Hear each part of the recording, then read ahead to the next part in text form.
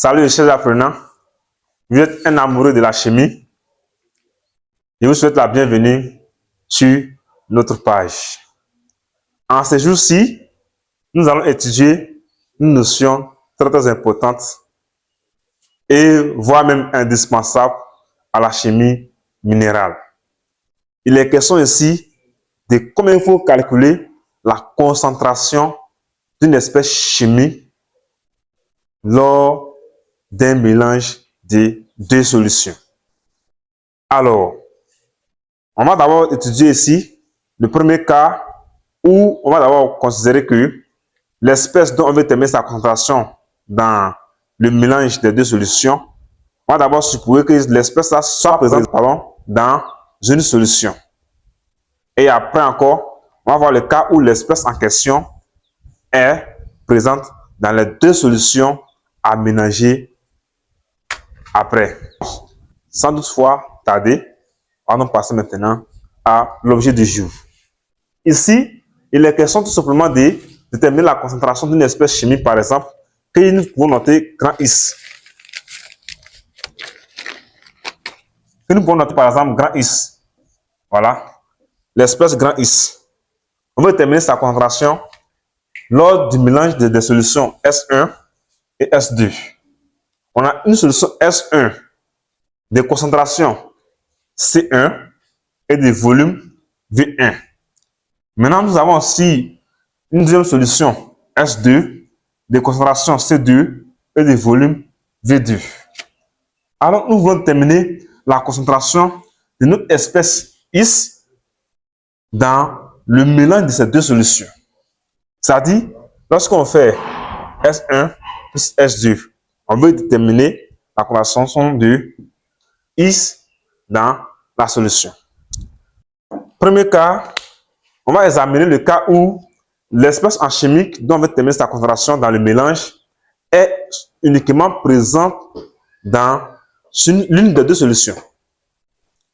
Alors, si Is, qui est l'espèce en question, est présente dans l'une des deux solutions, voilà comment il faut calculer. Il n'est pas présent à la fois dans les deux solutions, tout dans l'une des deux solutions.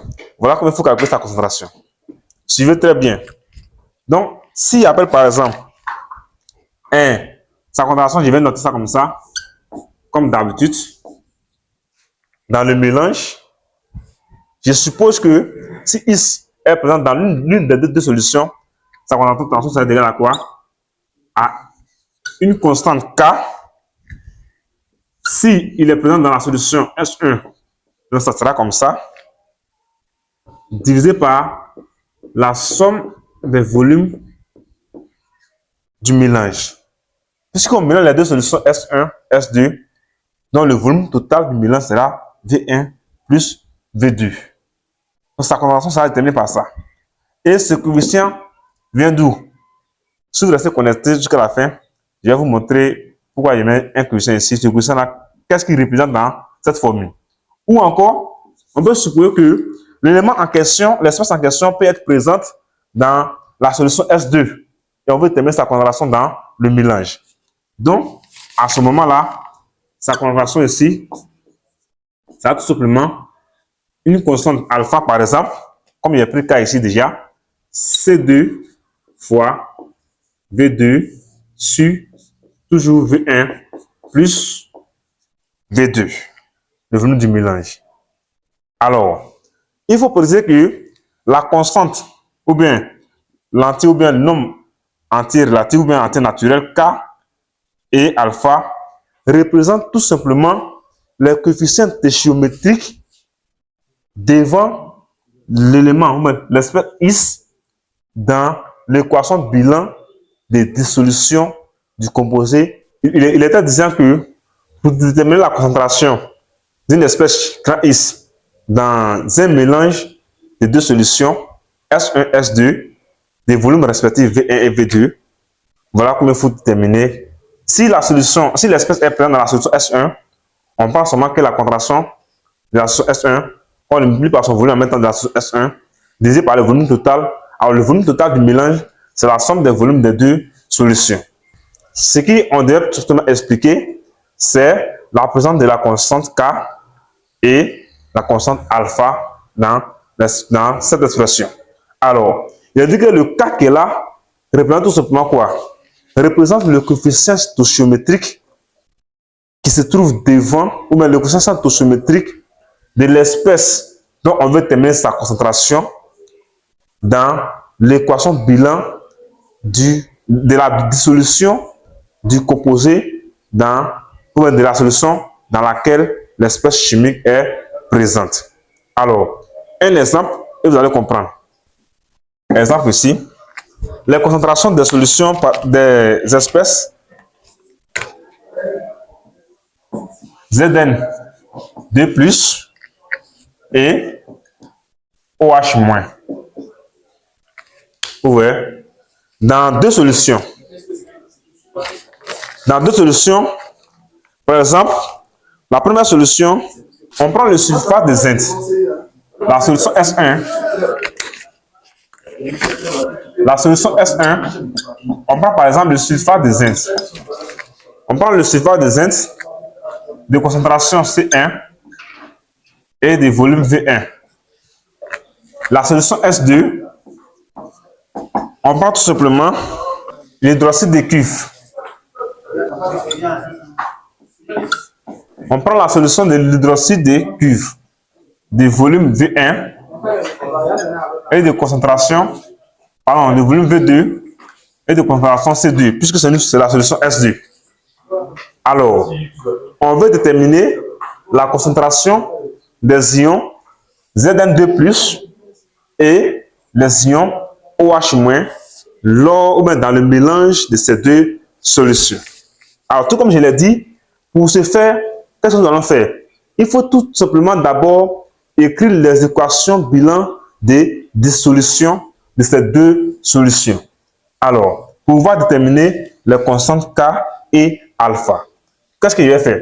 Je prends la première solution et je vais écrire les équations bilan. Les équations bilan. Dans la première solution, ZnSO4, c'est un solide toujours, donc de l'eau devient comme un catalyseur.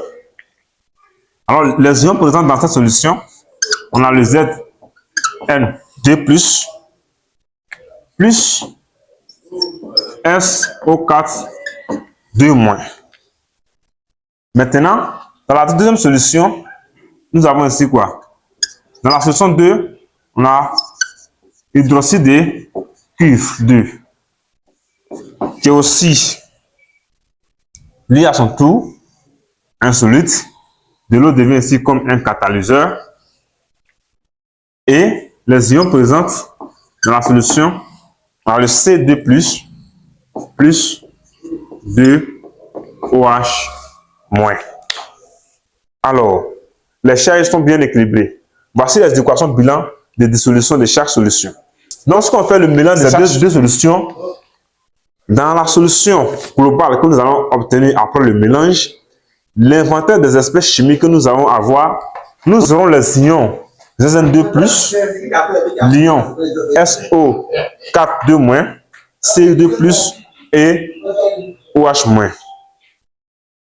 À cause du OH-, vous aurez la présence de l'ion hydronium H3+ dans l'inventaire des espèces chimiques présentes dans la solution après le mélange. Alors, je vais maintenant la concentration, par exemple, en ion Zn2+ et en ion OH- dans le mélange. Lorsque je prends l'ion, par exemple, l'ion Zn2+ égale à quoi? Je m'intéresse d'abord à savoir l'ion en question est présent dans quelle solution? L'ion Zn2+ est présente dans la solution S1. Donc, du fait qu'il soit présent dans la solution S1, alors sa concentration sera tout simplement quoi? K fois quoi? La concentration de la solution S1 qui est C1 fois le volume de la solution S1 qui est V1 divisé par le volume du mélange de ces deux solutions, c'est-à-dire le volume V1 plus V2. V1 plus V2. Maintenant, le K. Le K, c'est quoi? Alors, le K, c'est le coefficient stoichiométrique de l'espèce dont on veut déterminer sa concentration dans l'équation bilan de dissolution de la solution dans laquelle il est présent. Lorsqu'il prend la solution S1, le l'ion Zn2+ est présent dans la solution S1. Alors, voici donc l'équation bilan de la dissolution de la solution S1. Dans cette équation bilan, quel niveau le coefficient stoichiométrique de l'élément Zn2+? Son coefficient stoichiométrique ici, si vous voyez qu'ils n'ont rien mis, son coefficient stoichiométrique, ça veut dire que c'est égal à 1. Celui-là aussi, c'est 1 mol. Et celui-là aussi, c'est 1 mol. Ça, ce sont les coefficients stoichiométriques. Alors, dans la solution 2, le coefficient stoichiométrique de cette solution, comme nous rien mis, donc ça veut dire que c'est 1. Pour le cube aussi, nous rien mis, ça veut dire que c'est 1 aussi également. Et pour le HO2-, son coefficient stoichiométrique, c'est quoi? Là, cette fois-ci, c'est les deux que j'ai entourés tout simplement. Donc, ça veut dire quoi? Comme le coefficient stoichiométrique de l'espèce Zn2+, dans l'équation bilan de dissolution de la solution S1 est égal à 1, donc ça veut tout simplement dire que K, ça veut tout simplement dire que notre K ici est égal à, avec notre K égal à 1. D'où cette relation va devenir 1 fois C1 fois V1 sur V1 plus V2 dans le mélange. Ce apprenant, voilà donc comment il faut terminer la concentration de l'espèce Zn2+ dans le mélange de solutions sulfate de zinc et hydroxyde de cuivre. Alors, avant de se examiner maintenant pour le cas de OH-. Le OH-, sa concentration dans le mélange, ça sera quoi? On a dit alpha, puisque d'abord, il est présent dans quelle solution? Le OH- est présent dans la solution S2. Comme il est présent dans la solution S2, quand je prends alpha, je vais multiplier les coordonnées de la solution S2, c'est-à-dire la concentration C2 de la solution S2, fois le volume V2 de la solution S2, divisé par le volume du mélange des deux solutions, ça fait V1 plus V2. Que représente donc alpha? La constante alpha, tout comme je l'ai dit, c'est le coefficient stoichiométrique donc de mon espèce OH- dans l'équation bilan dans laquelle il se trouve. Alors, sur le coefficient stoichiométrique, il se trouve OH- se trouvant dans la deuxième solution, dans la solution S2, alors il vient ici, il regarde dans l'équation bilan. Son coefficient stoichiométrique me vaut combien? C'est 2. Donc ça veut dire que ici, dans mon cas ici, alpha va prendre la valeur 2. Tout simplement. Donc ça veut dire que ça fait quoi? 2 fois C2 fois V2 divisé par V1 plus V2. Chers apprenants, voilà donc comment il faut terminer la concentration molaire massique d'une espèce chimique lors du mélange des deux solutions.